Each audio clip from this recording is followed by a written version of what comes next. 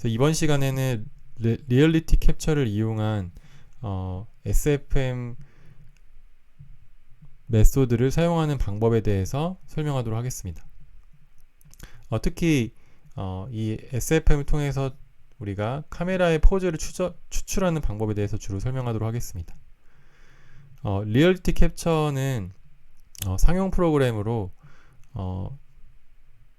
이 캡처링 리얼리티라는 회사에서 만든 프로그램이고, 현재 에픽 게임스라는 이 그 회사를 통해서 우리가 사용을 할 수 있게 되고, 현재 리얼리티 캡처 자체가 커머셜한 사용이 아닌 경우에는 무료로 사용할 수 있기 때문에 이 홈페이지를 통해서 먼저 다운을 받으시면 좋겠습니다. 그래서 이 에픽 게임스에서 지금 현재 제공하는 이 프리 유즈 라이센스를 사용하게 되면은 무료로 사용할 수 있고, 기본적인 기능들을 모두 사용할 수 있겠습니다.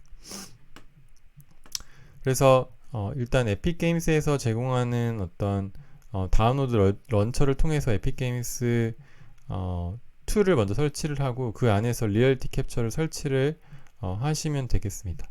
그래서 이때 사용되는 어떤 환경은 일단 윈도우가 필요하게 되고요. 일단 맥은 지원을 하지 않고 윈도우에서 동작을 하게 되고, 그리고 기본적으로 GPU 그래픽 카드를 요구를 하는데, 이제 포즈 추출만을 위해서는 이제 뒤에 사용하는 우리 메쉬 리컨스트럭션을 필요로 하지 않기 때문에, 그 경우에는 이제 꼭 GPU 카드를 사용하지 않아도 됩니다.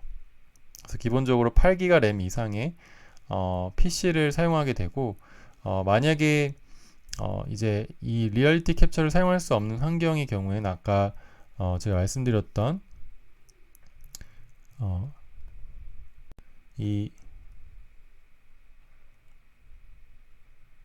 콜맵 라이브러리를 사용하게 되면은 콜맵에서도 거의 같은 기능을 수행하는 코드 기반의 커맨드 라인 기반의 또는 심지어 콜맵에서도 UI를 제공하는 그런 프로그램을 제공하고 있기 때문에 이 콜맵에서 사용하는 SFM을 사용하실 수 있겠습니다.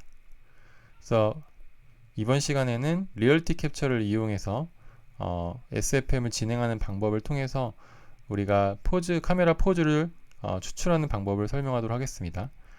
그래서 일단 사진을 찍어야 되는데, 사진을 찍을 때는 몇 가지 팁을 우리가 알고 진행을 하면 좋겠습니다. 먼저 사진을 일단 많이 찍을수록 좋고요. 그리고 두 번째로는 일단 우선은 고해상도로 찍으면 좋습니다.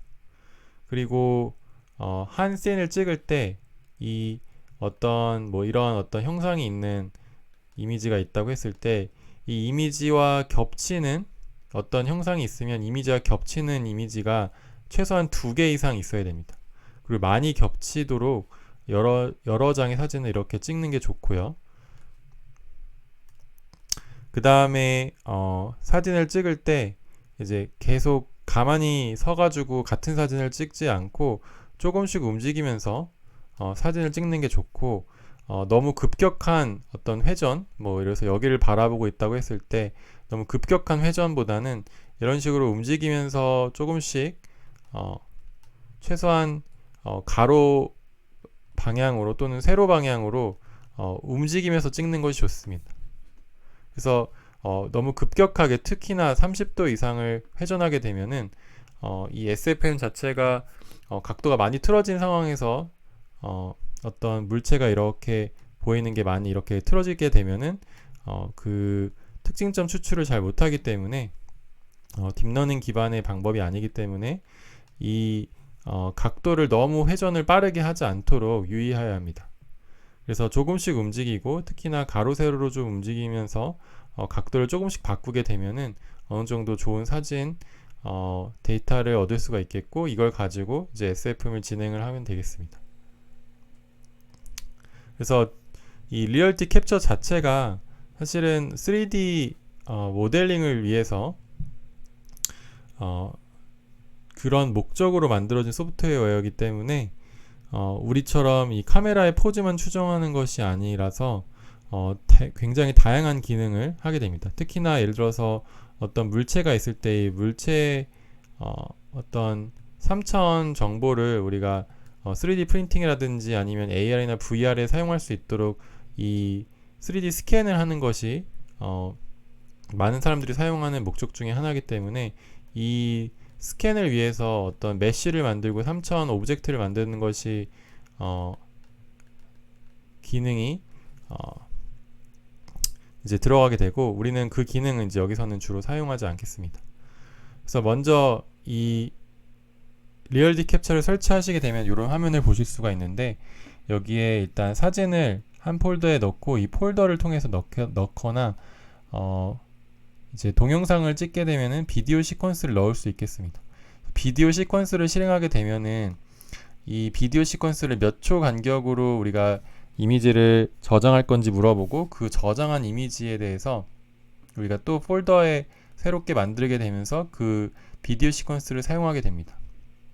그래서 이미지를 모으거나 또는 비디오를 따로 저장해서 이미지를 모아서 만들어진 이미지를 우리가 로드하게 되면 이런 식으로 이미지가 생성이 되는데, 이미지 안에 여러 개의 사진이 들어있게 되겠죠. 그래서 뭐 예를 들어서 지금 여기서는 1000장 정도의 사진을 제가 넣었고, 이제 르네상스 4층, 이 숙녀제대학교 르네상스 플라자 4층에 있는 사진들을 이런 식으로 제가 여기서부터 4층 입구부터 시작해서 이런 식으로 갔다가 여기서 이런 식으로 한번 왔다가 돌아가는 거를 패스를, 여기서 다시 한번 돌아가는 패스를 제가 반복한 그런 사진들을 모은 예가 되겠습니다. 그래서 이런 식으로 이미지를 로드하고요.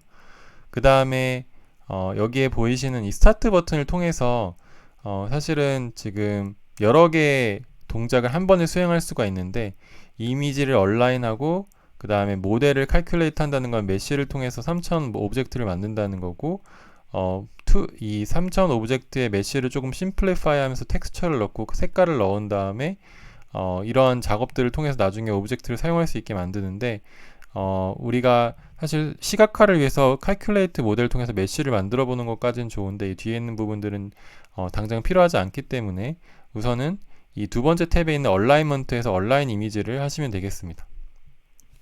그래서 얼라인 이미지를 하게 되면은 이제 프로그레스 바가 나오고, 이 프로그레스 바가 얼마나 시간이 걸릴지를 알려주고, 시간이 다 끝나게 되면은 이렇게 컴포넌트들이 생성이 되게 됩니다.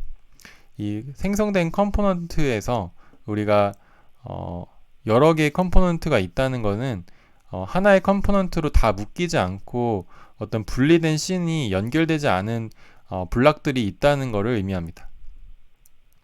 자, 그래서 만약에 이 사진이 요렇게 뭐 블락이 있고 요렇게 블락이 있어서 뭐 여러 개의 블락으로 나눠줬고, 스몰 컴포넌트는 정말 몇 개의 사진으로 매칭된 매칭점만 있고, 그게 이제 나머지 블락의 나머지 컴포넌트에 연결이 되지 않는다라는 걸 의미하게 됩니다. 그래서 이제 이렇게 만들어진 이 컴포넌트를 우리가 만약에 사진이 연속적으로 이제 급격하게 변화하지 않는 상태에서 찍었다면은 이제 이 사진들이 다 연결해서 하나의 컴포넌트로 만들어졌을 것이고, 제가 지금 상황에서는 여러 개의 컴포넌트가 연결되지 않았기 때문에 이 컴포넌트를 연결하는 방법을 통해서 이제 컨트롤 포인트라는 것을 사용하게 됩니다. 그래서 여기 보시면은 이제 add 컨트롤 포인트를 하시거나 컨트롤 포인트에서 밑에 create를 누르시게 되면 포인트를 추가할 수 있고, 이제 이미지를 여러 개를 이 컨트롤 포인트를 연결해 준 다음에 일종의 수동으로 피처를 연결해 주고 그 포인트가 같은 점이라는 걸 알려주게 되겠죠. 그걸 통해서 다시 한번 얼라인을 하게 될 때 이 멀지 컴포넌트를 통해서 컴포넌트를 합치는 그런 컴포넌트를 새로 만들어 볼 수가 있겠습니다. 그래서 제가 처음에는 이제 이렇게 여러 개의 컴포넌트가 연결되지 않은 상황에서 몇 개를 맞이해서 요런 컴포넌트를 이제 추가적으로 만든 그런 예제가 되겠습니다. 그리고 이제 이 3차원 요 공간상의 요 정보가 이렇게 딱 우리가 바라보는 요 지금 XYZ 좌표에 이 딱 얼라인이 안 될 수 있기 때문에 요 얼라인하는 기능을 우리가 요 3D 씬의 툴에 있는 set ground plane이라는 기능을 통해서 요것들을 이제 조금 좀 보기 쉽게, 그리고 좌표상에서 우리가 좀 더 make sense하게 좀 수정할 수가 있겠습니다. 그래서 말진 컴포넌트를 하고 나면은 어느 정도 합쳐진 기능들을 수행할 수 있겠고요. 그 다음에 마지막으로 우리가 요